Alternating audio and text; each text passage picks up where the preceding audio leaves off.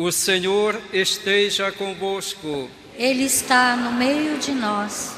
Proclamação do Evangelho de Jesus Cristo segundo João. Glória a vós, Senhor. Houve uma festa dos judeus e Jesus foi a Jerusalém. Existe em Jerusalém, perto da Porta das Ovelhas, uma piscina com 5 pórticos, chamada Betesda em hebraico. Muitos doentes ficavam ali deitados, cegos, coxos e paralíticos.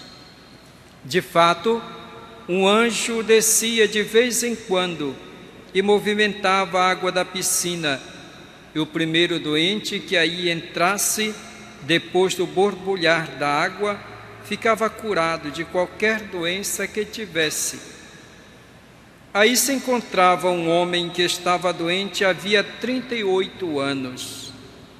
Jesus viu o homem deitado e, sabendo que estava doente há tanto tempo, disse-lhe: "Queres ficar curado?" O doente respondeu: "Senhor, não tenho ninguém que me leve à piscina quando a água é agitada. Quando estou chegando, outro entra na minha frente." Jesus disse: "Levanta-te, pega a tua cama e anda." No mesmo instante, o homem ficou curado, pegou na sua cama e começou a andar. Ora, esse dia era um sábado. Por isso os judeus disseram ao homem que tinha sido curado: "É sábado, não te é permitido carregar tua cama." Ele respondeu-lhes: "Aquele que me curou disse: pega a tua cama e anda." Então lhe perguntaram: "Quem é que te disse: pega a tua cama e anda?" O homem que tinha sido curado não sabia quem fora, pois Jesus se tinha afastado da multidão que se encontrava naquele lugar. Mais tarde, Jesus encontrou o homem no templo e lhe disse: "Eis que estás curado. Não voltes a pecar, para que não te aconteça coisa pior." Então o homem saiu e contou aos judeus que tinha sido Jesus quem o havia curado. Por isso os judeus começaram a perseguir Jesus, porque fazia tais coisas em dia de sábado. Palavra da salvação. Glória a vós, Senhor. Que as palavras do Santo Evangelho perdoem os nossos pecados. Amém.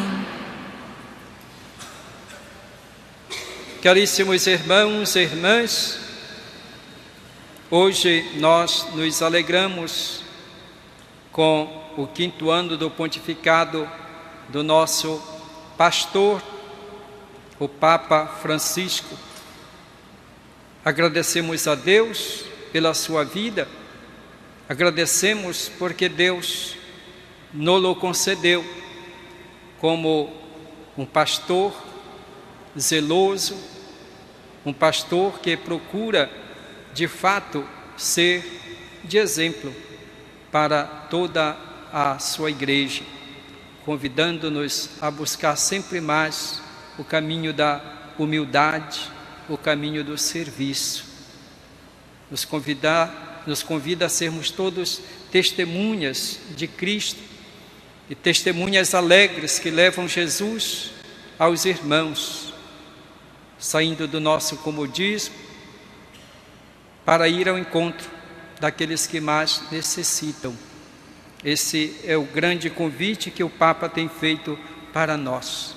E nós, como cristãos, devemos acolher este convite como vindo do próprio Cristo, que nos envia em missão. A liturgia da palavra de hoje nos traz um tema relacionado à água. A água remete ao nosso batismo, o batismo que nós recebemos, e a vida nova que o batismo traz para cada um de nós. É ainda reflexo da liturgia da palavra do domingo passado.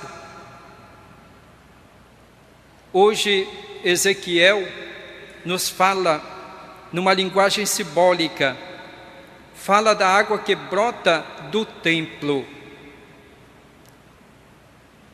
Esta água que aumenta sempre mais, vai saindo do templo e vai se tornando sempre mais abundante. E por onde essa água passa, ela vai gerando vida, vai gerando saúde. Até quando ela chega no mar, as águas do mar se tornam saudáveis. Portanto, uma água que jorra do templo, que se torna fonte de bênção. Por onde esta água passa, existe abundância de vida para os homens, para os animais. O templo, portanto, é o espaço, o lugar de onde brota a vida para todas as pessoas. Nós, portanto, que frequentamos o templo de Deus, que frequentamos este templo, devemos vir aqui, como vocês vieram. Muitas pessoas vêm aqui todos os dias. O que é que vem buscar neste templo? Certamente vem buscar a fonte da vida. E quem é a fonte da vida? É o próprio Jesus. Porque Ele é o verdadeiro templo. Quando Ele esteve lá no templo de Jerusalém, expulsando os vendedores do templo, e disse: destruí este templo, e eu o reerguerei em 3 dias. E Ele falava do templo do seu corpo, falava dele mesmo, falava da sua ressurreição. Por isso Jesus é o verdadeiro templo. Ele é o princípio da vida, é nele que nós temos a vida. Por isso, quando nós frequentamos o templo, nós viemos buscar a vida para nós, a fonte da vida, que é o próprio Cristo. Porque de seu lado, diz o evangelista João, jorraram água e sangue quando ele estava na cruz, que são sinais de quê? Dos sacramentos, sinais da Eucaristia e do nosso batismo, fonte de vida para todos nós. É por isso que nós frequentamos este templo, é por isso que nós frequentamos as nossas igrejas. É o lugar onde Jesus nos alimenta com a sua palavra, nos alimenta com a Eucaristia. A igreja é o lugar onde nós recebemos o sacramento da reconciliação, que nos renova, que transforma a nossa vida. Portanto, este templo do qual fala o profeta Ezequiel prefigura o nosso templo de hoje, que é a igreja de Jesus Cristo. Não tanto o templo de pedra, mas o templo, repito, que é o próprio Cristo, é a comunidade eclesial onde Cristo se doa, onde Cristo está presente. Jesus é a fonte da vida, e o Evangelho de hoje nos fala justamente de Jesus, que vai a Jerusalém. Ele está na porta das ovelhas, à beira da piscina, e Jesus vai ao encontro de um homem que há 38 anos está doente. A piscina se chama Betesda. Betesda significa casa da misericórdia, o lugar da misericórdia. É muito interessante o significado desta palavra Betesda, lugar de misericórdia. Mas aquele homem ali não estava encontrando misericórdia. Em vez de ser um lugar de misericórdia, um lugar de bondade, um lugar de solidariedade, se tornou um lugar de competição. Eram muitos os doentes que estavam ali, que esperavam o momento em que as águas borbulhassem para entrar na água para ficar curado, mas um de cada vez. E quem era mais esperto, quem tinha mais ajuda, entrava na água. E quem estava impossibilitado, paralisado, não conseguia obter esse benefício. E era o que estava acontecendo com aquele homem. Há 38 anos estava doente. Vejam também a perseverança daquele homem, não desistia. E foi por causa dessa sua perseverança, dessa sua constância, que ele teve a graça de encontrar Jesus. Jesus chega naquele momento e encontra, dirige-se a ele, perguntando se ele quer ficar curado. Queres ficar curado? E ele ainda diz, mas como é que eu vou ficar curado se ninguém me ajuda a entrar na piscina quando a água borbulha? Jesus então olha para ele e diz, levanta-te, pega a tua cama e anda.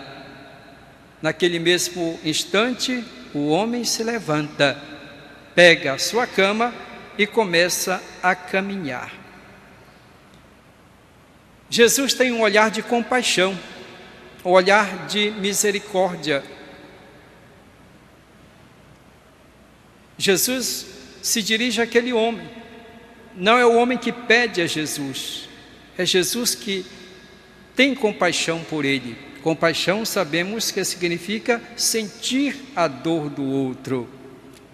Jesus sente a dor, o sofrimento daquele homem. Por isso, oferece a ele aquilo que tanto ele deseja, que há tanto tempo ele espera, que não tem possibilidade de recuperar a sua saúde. Mas vejam que Jesus não impõe, até mesmo para fazer o bem, Jesus não impõe, propõe para ele, tu queres ficar bom? Queres ficar curado? Eu quero. Ele ainda não diz eu quero, porque ele não sabe se Jesus tem o poder de curá-lo, porque ele não conhece Jesus. Mas Jesus, tendo o poder, sabendo da sua necessidade, lhe dá esta graça. Levanta-te, pega a tua cama e caminha. Jesus olha também para nós, para cada um de nós. Ele tem um olhar de compaixão, de misericórdia. Jesus conhece as nossas necessidades, conhece os nossos sofrimentos.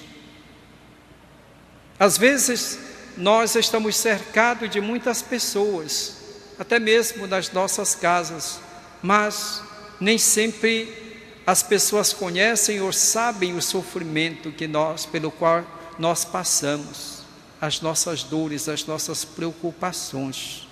Mas Jesus conhece, Ele sabe. Às vezes as pessoas são tentadas a desistir. Eu rezo tanto, mas Deus não me ouve, parece que Deus já se esqueceu de mim. Acontece isso, às vezes nós somos tentados a desistir. Aquele homem não desistiu e encontrou Jesus, e Jesus o cura. Jesus lhe dá a graça da libertação. Jesus o cura da sua paralisia física e também da sua paralisia espiritual, porque aquele homem estava doente em consequência do pecado, ou pecados que ele tinha cometido. Porque Jesus depois o encontra e diz: tu estás curado, não voltes a pecar para que não te aconteça coisa pior. O pecado levou aquele homem a viver aquela situação de paralisia.